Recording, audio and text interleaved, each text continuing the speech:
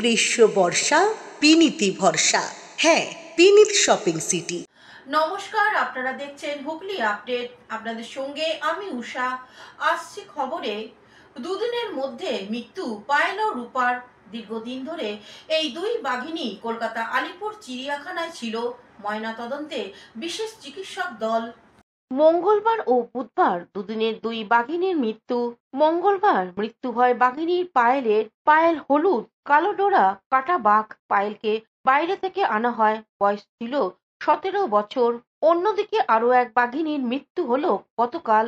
নাম রূপা। রূপার বয়স 21 বছর। রূপার জন্ম হয় এখানেই। রূপা সাদা বাঘ। 3জন পশু চিকিৎসকদের দল গঠন হয়েছে।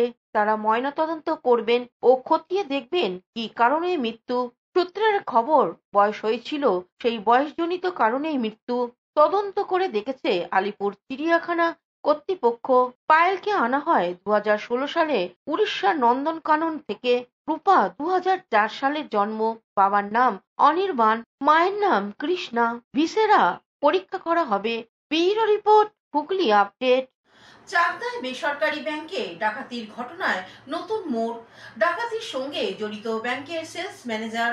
চাকদা বেসরকারি ব্যাংক ডাকাতির ঘটনায় চাঞ্চল্যকর মোড়। ব্যাংক ডাকাতির সাথে যুক্ত ব্যাংকেরই সেলস ম্যানেজার সহ অপর একজন ব্যাংক কর্মী। সম্প্রতি আগস্ট মাসে 19 তারিখে চাকদায় আইডিএফসি ব্যাংকে ডাকাতির ঘটনা ঘটে। রীতিমতো চাঞ্চল্য ছড়িয়ে পড়ে গোটা এলাকায়। হতাশায় ভেঙে পড়েন সেই ব্যাংকের গ্রাহকরা।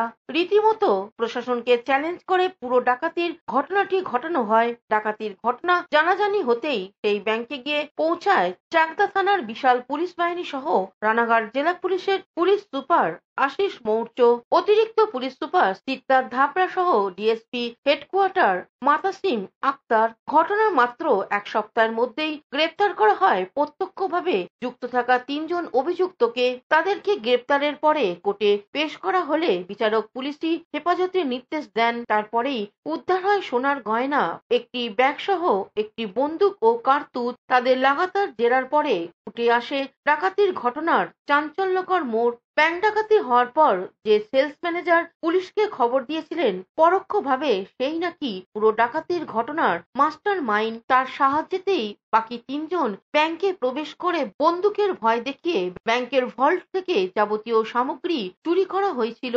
এ বিষয়ে জেলা পুলিশ সুপার আশিস মৌর্য